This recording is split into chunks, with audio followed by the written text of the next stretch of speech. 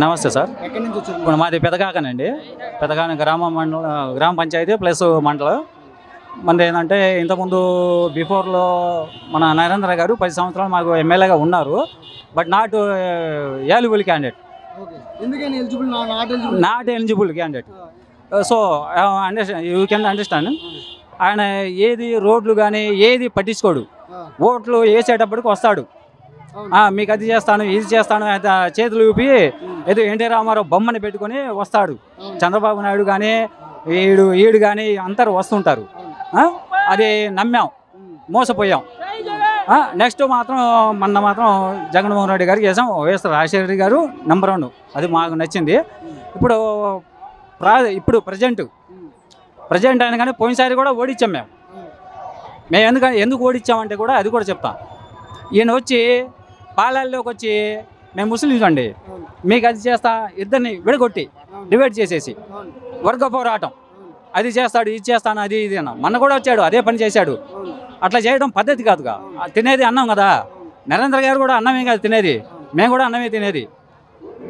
అట్లా చేయకూడదు కదా. But not reasonable.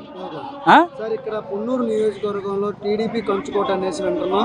అది ఎక్కడి నుంచి గత 25 సంవత్సరాల నుంచి టీడీపీ గెలుస్తూ వచ్చింది. వస్తుంది. కిందసారి వైఎస్ఆర్సీపీ రావడానికి కారణాలు ఏంటి? ఈసారి కూడా వైఎస్ఆర్సీపీకి రావడానికి కారణం ఏంటి? ఇంతకుముందు ఏంటంటే వీళ్ళ నాన్న మంచి పనులు చేశాడు కాబట్టి, ఈరే చౌదరి గారు మంచి పని చేశాడు కాబట్టి ఈడికి లైఫ్ ఉంది. ఈడు పెద్ద బద్మాష్. ఈడు అంత ఇప్పుడు నేను చెప్పాను ప్రజెంట్. ఇప్పుడు వాళ్ళ నాన్న పేరు మీదే 2 సార్లు టర్న్అవుట్ చేశాడు. ఏంటంటే వాళ్ళ నాన్న పేరు మీదే చంద్రబాబు నాయుడు అది చేస్తాను ఇది చేస్తాను, వాడి ఉత్త ఎదవ అనుకోండి చేశాను. వాళ్ళ నాన్న పేరు వీరయ్య చౌదరి గారి పేరు మీదే బాగా కొట్టుకొచ్చాడు. ఇప్పుడైతే ఆ పరిస్థితి లేదు. నెక్స్ట్ ఇంతకుముందు బిఫోర్లో మీరు చూశారు. అంటే ఇప్పుడు టీడీపీ ఇచ్చే హామీలు చాలా వైసీపీకి ఇచ్చే ధీటుగా ఉన్నాయని చెప్పి ప్రజల నుంచి కానీ నాయకుల నుంచి కానీ విమర్శలు వస్తున్నాయి. దాని గురించి అవును సార్. ఇప్పుడు టీడీపీ వాడు చంద్రబాబు నాయుడు ఏమి ఇచ్చాడు హామీలు? ఇప్పుడు జగన్ గారు ఇంతకుముందు ఇచ్చారు, రాజశేఖర గారు ఇచ్చింది మొత్తం. నాకు కూడా 2 ఎకరాల పొలం ఉంది, నాకు 2 లక్షలు లోన్ మాఫీ అయింది. మేము అలాంటి నాయకుడిని వదిలిపెట్టుకోండి, నేను రైతునే. ఇప్పుడు చంద్రబాబు నాయుడు రైతు మాఫీ అంటాడు, అది అంటాడు, ఇది అంటాడు. ఏదో స్టేజీల మీద ఇచ్చి ఈ నరేంద్ర వచ్చి వాడొచ్చి ఈడొచ్చి ఏదో చేతులు ఊపి మాట్లాడుకొని వెళ్ళిపోతారు. కష్టపడేది మేమండి. రైతులు ఏంది వాళ్ళ? ఈ ఏరియాలో ఎంతమంది బాగు చేశాడు వాడు? నరేంద్ర గారు. నేను చెప్తున్నా, నరేంద్ర గారు ఈ ఏరియాలో ఎంతమందిని వర్గ పోరాటం పెట్టి కోరి తిరునాల్లో అంతకుముందు మొత్తం తోముకొని చేసి ఇప్పుడు ఆయన మీద వేసేస్తున్నాడు. అంతకుముందు ఏం చేశాడు? గవర్నమెంట్ ఉంది, నా ఇష్టం, వాళ్ళ ఇష్టమా? జనాన్ని సాగు కొడతారా?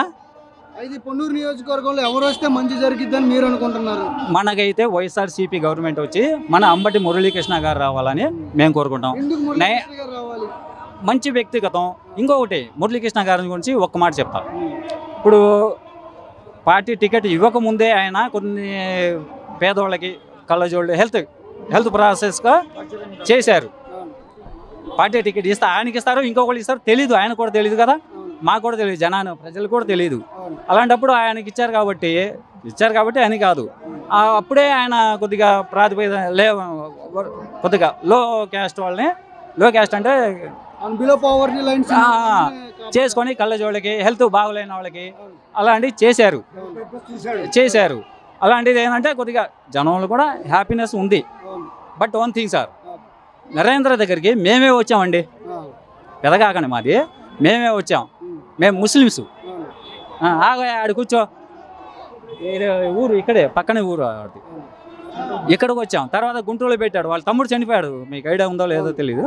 తర్వాత వాళ్ళ అమ్మాయి ఉంటే ఆడ కూర్చోండి, మేము ఓట్లు వేసి గెలిపించుకొని మనం అంతా అనిపించుకోవాల్సిన అవసరం. అయితే ఈసారి ఈ పొన్నూరు నియోజకవర్గ ప్రజలకు కానీ లేకపోతే ఓటర్ ఉన్న ప్రతి ఒక్క వ్యక్తికి కానీ మహిళకి కానీ మీరేం చెప్పాలనుకుంటున్నారు?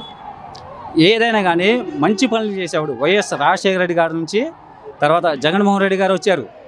తర్వాత మనం ఏదైనా కానీ అమ్మఒడి కానీ, తర్వాత 45 years దాటిన వాళ్ళకి 18,000 అవి ఇస్తున్నారు. తర్వాత స్కూల్ యూనిఫామ్లు పిల్లలకి అలాంటివి చేసిన వాళ్ళు ఎవరు లేరు. ఇప్పుడు చంద్రబాబు నాయుడు అంటున్నాడు స్టూడెంట్కి నేను 20,000 ఇస్తాను, 30,000 ఇస్తాను. దాంట్లో తర్వాత ఏమి ఈడు. అంతకుముందు చంద్రబాబు నాయుడు ఉన్నప్పుడు ఏం చెప్పాడు? జన్మభూమి పెట్టాడా?